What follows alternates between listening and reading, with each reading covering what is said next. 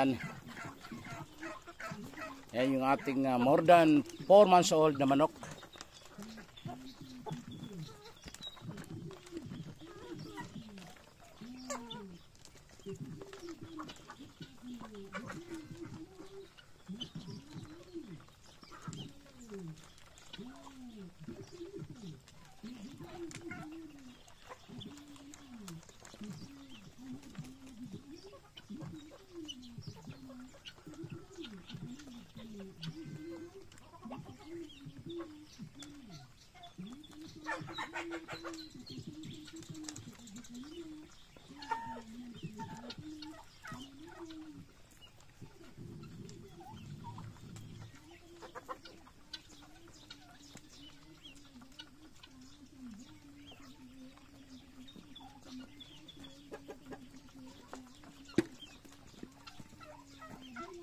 Ayan yung ating mahigit 4 months old na mga manok. Ayan. Ang ating morning routine, pakain.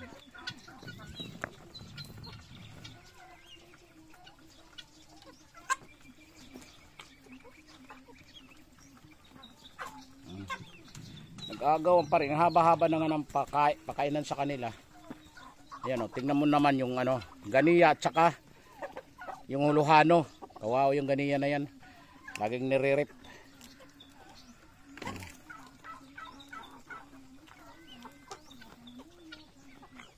Kakatuwa lang pag ganito. Ang natin ngayon, patuka, ay hinaluan natin ng nagmix tayo ng King Vita Plus. Ina-alternate natin. Bukas, yung gawa nating molasses. Antay-antay lang dyan yung nagtatanong sa ating yung mga followers natin. Kailan daw ako gagawa ng probiotic. Sabi ko next month na kasi siyempre kailangan din natin ng yan. Yung mga ingredients kasi doon talagang bibilhin natin. Kaya ba't yung isa, ba't nasa tabi ka? Laki-laki mo, nagpapatalo ka dyan. Ano.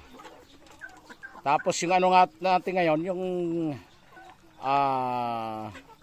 Vitamin Pro, hindi muna tayo naglalagay sa inumin nila dahil sobrang init. Halimbawa ngayon, ang nilagay natin King Vita Plus sa patuka nila, sa inumin doon tayo maglalagay naman ng molasses. Kasi hindi tayo pwede maglagay ng Vitamin Pro pag sobrang init. Bali every 3 days siya ang lagay natin ng Vitamin Pro. Ito yung pangatlong araw.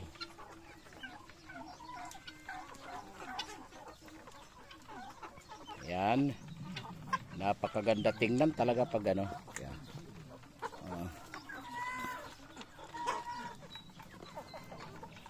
Yan yung natin, yung labuyo natin. Yung darag. Yan. Yan yung mga babae talagang yan. Nilagyan natin ng singsing.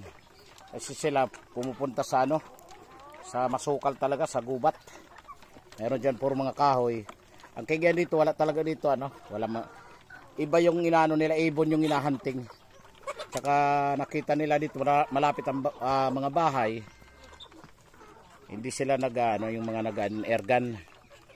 Kaya dito, maano talaga yung mga alaga mo, wala magnanakaw.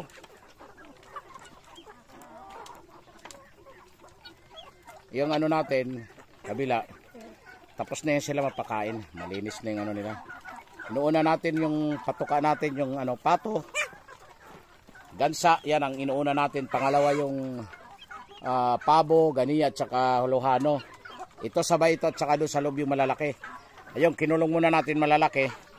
Kasi hindi sila pwede dito, mag-aanuhan sila talaga. Magsasalpukan dahil yan, marami yan nandun malalaki, yung nangingitlog natin. Ito tamang-tama to, sa area to.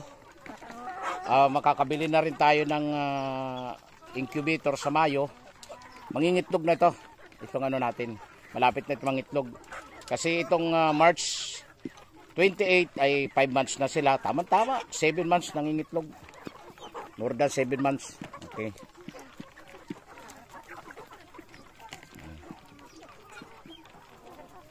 Okay mga ka-livestock, huwag kalimutan i-follow ang ating FB page. BNA Livestock Farm at ang ating YouTube channel, Lilitan Farm. At pakishare na lang po ng ating mga video at please lang po, wag nyo rin nyo po i-escape ang ating ads sa ating mga video. Malaking tulong po yan. Maraming salamat. Bye-bye and God bless.